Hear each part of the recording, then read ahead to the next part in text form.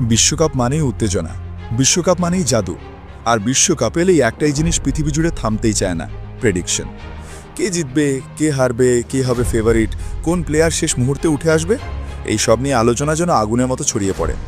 আর এবার তো 2026 বিশ্বকাপের আর বেশি দেরিও নেই, তাই স্বাভাবিকভাবেই আলোচনায় এখন তুঙ্গে। কেউ বলছে স্পেন, কারণ তারা দুর্দান্ত ফর্মে আছে, ইউরো কাপও জিতেছে।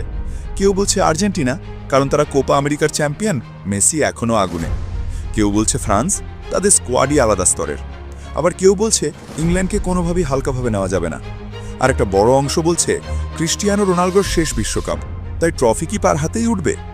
অন্যদিকে ব্রাজিল ফ্যানরা বলছে তাদের উড়ন্ত তরুণ স্কোয়াড আছে, তারা যে কাউকে হারাতে পারে। আর কেউ কেউ মনে করিয়ে দিচ্ছে এটাই হতে পারে নেইমারের শেষ বিশ্বকাপ, তাই তিনিও শেষবারের মতো কিছু বিশেষ করতে পারেন। বিশ্বকাপ এলেই যে প্রেডিকশনের ঢেউ ওঠে, এটা কি এবারও স্বাভাবিক নয়? ঠিকই বলেছ, বিশ্বকাপ মানেই প্রেডিকশন। বিশ্বকাপ মানেই অনুমানের খেলা, বিতর্কের খেলা, যুক্তিতর্কের খেলা। এটাই ফুটবলকে সবচেয়ে উত্তেজনাপূর্ণ করে তোলে। বিশ্বকাপ 2026 ঘোষণার সময় প্রথম যে বড় প্রেডিকশন ভাইরাল হয়েছিল, সেখানে বলা হয়েছিল ব্রাজিল ও মেক্সিকো বিশ্বকাপ খেলবে আর ট্রফি উঠবে মেক্সিকোর হাতে। এটা এতটাই আলোচিত হয়েছিল যে বহুদিন ধরে সোশ্যাল মিডিয়ায় আলোচনার ঝড় লেগেছিল। কিছুদিন পরই গণমাধ্যমে আরেক সুপার কম্পিউটার প্রেডিকশন ভাইরাল হলো। সেখানে বলা হলো আর্জেন্টিনা বিশ্বকাপ জিতবে, আবারও মেসির হাতে উঠবে ট্রফি। এটা শুনে আর্জেন্টিনা ফ্যানরা উল্লাসে ফেটে পড়ে, কারণ মেসি আরেকটা বিশ্বকাপ তুললে সেটা হবে ইতিহাস। সম্প্রতি আরেক নতুন সুপার কম্পিউটার মডেল নাকি প্রেডিক্ট করেছে ফাইনাল খেলবে আর্জেন্টিনা বনাম পর্তুগাল, কিন্তু ট্রফি উঠবে পর্তুগালের হাতে।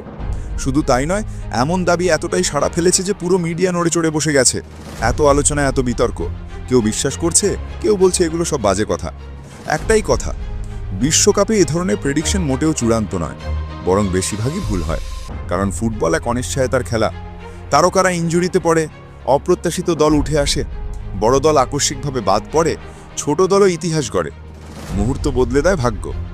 বিশ্বকাপের ইতিহাসে আমরা দেখেছি অনেক দলের দারুণ স্কোয়াড থেকেও ট্রফি ওঠেনি। আবার অনেক আন্ডারডগ দল অবিশ্বাস্যভাবে সেমিফাইনাল বা ফাইনালে উঠে গেছে। তাই কেউ যদি বলে অবশ্যই আর্জেন্টিনা জিতবে, অবশ্যই পর্তুগাল জিতবে, অবশ্যই স্পেন বা ফ্রান্স জিতবে, বাস্তবে এর কোনোটাই নিশ্চিত নয়। সমস্যা একটাই, মানুষ সুপার কম্পিউটার শব্দটা শুনলেই মনে করে যেন ভবিষ্যৎবাণী 100% সত্যি। কিন্তু বাস্তবে সুপার কম্পিউটার যা করে তা হলো আগের ম্যাচ বিশ্লেষণ, বর্তমান form, statistics, player data, rating, সম্ভাবনার হিসেব। এই হিসেবগুলো সময়ের সাথে বদলায়। এই কারণে আগে যে প্রেডিকশন আর্জেন্টিনাকে ফেভারিট ধরেছিল, আজ সেটা বদলে গেছে। আগে যে মেক্সিকোকে চ্যাম্পিয়ন বলেছিল, সেটাও আজ নেই। ফুটবল এত সহজ না। এক ফুটবল ম্যাচ বদলে যেতে পারে 1 সেকেন্ডে, আর বিশ্বকাপ তো তার থেকেও বড়। হ্যাঁ, ঠিকভাবে বলতে গেলে প্রেডিকশনগুলো বিনোদন হিসেবে ভালো। ফুটবলকে আরও উত্তেজনাপূর্ণ করতে সাহায্য করে, আলোচনা জমিয়ে তোলে। কিন্তু সত্যি ধরে নেওয়া ঠিক না, কারণ বিশ্বকাপের মাঠে নামলে Spain, France, Brazil, Argentina, Portugal, England, Germany সবারই ট্রফি জয়ের ক্ষমতা আছে। প্রেডিকশন যতই হোক, শেষ কথা বলে মাঠ, শেষ কথা বলে 90 মিনিট। বিশ্বকাপের সৌন্দর্যই এখানেই। এখানে কিছুই নিশ্চিত না। 2026 বিশ্বকাপ নিয়ে যত প্রেডিকশনই হোক, এগুলো ফুটবলের উত্তেজনা বাড়ানোর জন্যই।